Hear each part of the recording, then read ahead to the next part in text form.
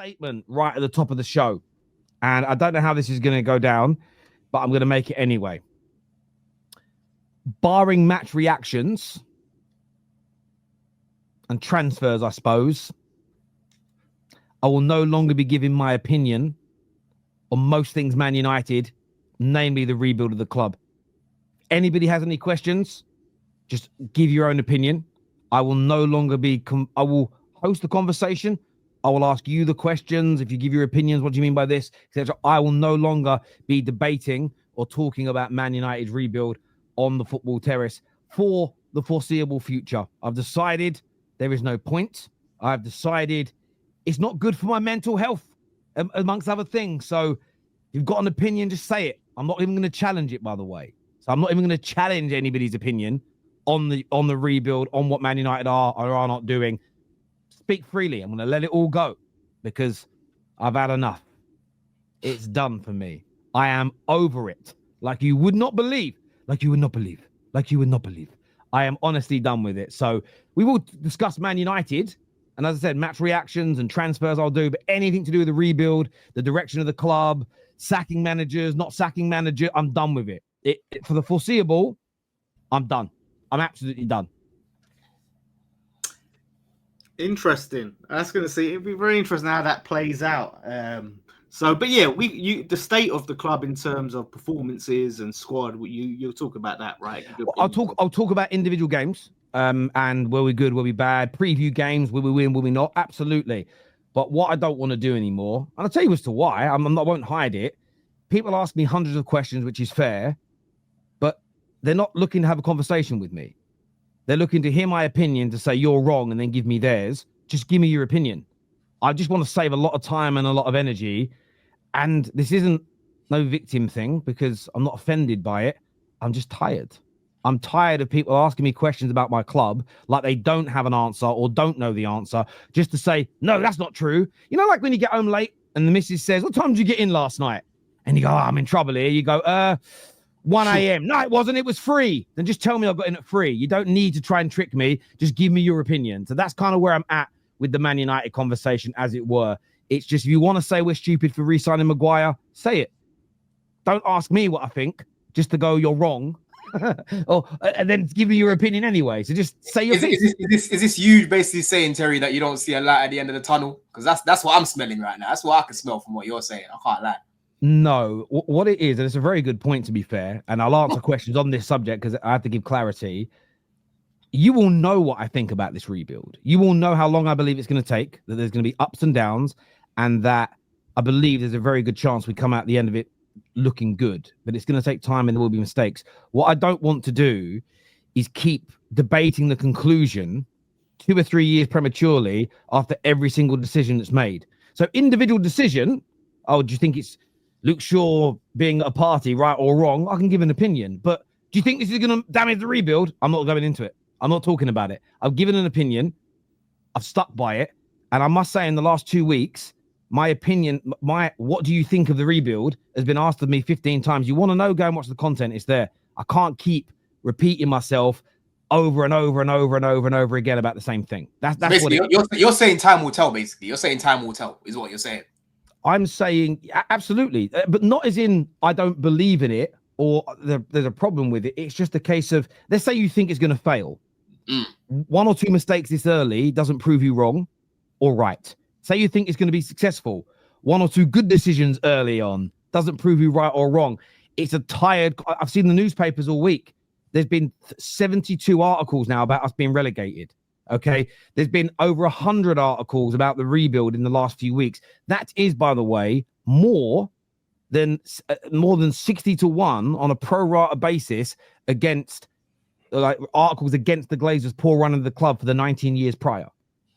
So for me, I'm just tired of the conversation. If you want to give an opinion, I'm not going to shut it down. I am just not talking about it anymore. So when's the next checkpoint then? Is the next checkpoint in the summer? Because we're hearing United haven't got any money to spend, right? In the summer, Terry, that's a good point for us to have a conversation again. To your question, this is what I'll do when people ask me that. So do you think Man United have money, and what do you think we'll do spending wise on? In January, I don't think you're going to spend like that. I'll be honest with you. But in the summer, I expect you to spend like that, right? I have to give the same expectation I gave to Clear Lake as well, bro. Ineos, Right, they you have just to said make they don't have money though, Don. Didn't you just say they don't have money like that? No, So I'm saying when's Terry's next checkpoint? Because I'm not going to pressure him to say, oh, what do you think you're going to do in January? Because realistically, I don't think they're going to do much anyway. Most clubs don't do much in January anyway, as it is. So I have to be fair, right? So what I'm saying is for the next checkpoint, it has to be the summer when Terry has to have these conversations again. We have to look at that summer and say, yo, United have done this and done that and done that. Because the last summer that just went, a lot of Chelsea fans were bigging up their window more than ours. You know what I mean? So I think that's a good enough checkpoint to start having those conversations again, Terry, in the summer. Well, again, I think I'll talk about whether I think it's a good signing or not. But as you've just said, there are some summers where a team will sign 5 players and everybody goes, wow, they won the window. You fast forward 2 months and we go, fucking hell, that's a shit window, weren't it? And that team that look how good we all thought West Ham window was and how good West Ham are going to be this year. That hasn't happened. Well, I'm talking in generals here. So my point is, I'll talk about the signings. That's good, that bad. But if someone says, Terry, do you think you'll spend? For the last 6 summers running, the media have said we've had anywhere between 50 to 100 million to spend. We've always spent double, if not 3 times the amount. I cannot and will not. So people can say you can't take the heat. It's not about not taking the heat. I'm not having the same mind-numbing shit. Why do you think United can still attract players? We've been attracting players forever. That's why. You know, if you want to make a statement that we won't sign, we can't attract a player, you just say it. You don't need my endorsement. You don't need me to say, I think we can sign good quality players. You don't need me to say that. We've had this conversation for a decade. I'm not doing it anymore. So I'm just not doing the same, what I call lame brain conversations. I'll answer. If you say to me, Don, what do you think of the Eucharist signing? I'll talk about the player individually. If you say, do you think this is going to make you win the league? Come this summer? No, I'm not even going to entertain the conversation because we know we're not winning the league next year. So for me, it's just a case of I'm not going to get into talks about the long-term future of the club because we're not going to have answers for it until 2 or 3 years' time. And I've just become bored of it, if I'm being honest with you. Yeah, but that's where content's got to, though, man, Terry. You're gonna have a lot of people trying to catch you out and clip you up, and you know what I mean. It's annoying, but at the same time, that's why we've got shows like today where we could just sit down and actually, talk. I know Lawless can be shameless at times. I can be shameless at times. I get that. You say that. You say that, Don. But again, I think what we should really be doing on these shows is each of us we should challenge each other's opinions, but not the same opinion. But not the same opinion every week. So I know you trust in Clear Lake. Okay, so for instance, you losing, not winning one of your last 3 games, it is pointless and mind numbing for me every time you drop a point to go. Do you still believe in Clear Lake? Do you still? That's why you're spot on. You're spot on when you say that because already now the past 3 results, you're getting those conversations again. You know what I'm saying? And I'm not partaking in those conversations. So you know what, Terry? Fair enough. Fair enough. That's what you've just felt in your own head. You're going, I get it. That's where it's at for me. Everyone knows my opinion on the takeover. I don't need to keep expressing it. The people ask me the questions. If it's someone new who's never been on, never worked with them, I will make I'll say okay to that because they don't know, right? If I was to do an interview on the BBC and they asked me, I'd speak to them. But people that I stream with regularly or viewers that are watching every show, I'm just not answering the questions anymore. Just if you think it's bad, tell me it's bad. I'm great. I'm not going to keep having the same argument and the same debate every single week, every single show. Honestly, I'm at a point where I do find it mind-numbing. And that's not a dig. It's just the way I'm at with it. Same as the Clear Lake stuff. Like there's a lot of criticism last year when things were going wrong. You've improved. I don't think the last 3 games for Chelsea is an indication that your owners are doing a terrible job. I don't even think there's any correlation. It's just a little blip of form, which is typical for football teams, in my personal opinion. So, I hear you on that. Speaking of Man United, I did want to get your view, Staffy. Some interesting news has circulated, loads of news, really. The first bit being Ahmad's very close to signing a new deal, and Maguire's had a 1-year extension. What's your thoughts on both those things, mate? Yeah. I saw Emma spoke about that in his press conference. He got asked about their situation. They've been saying for a while that Emma's contract is very close, and it's not really new. I just need to see it get done because realistically, you don't really want your best players, any players in general, especially your best players, getting into the last year of their contract without having a new contract.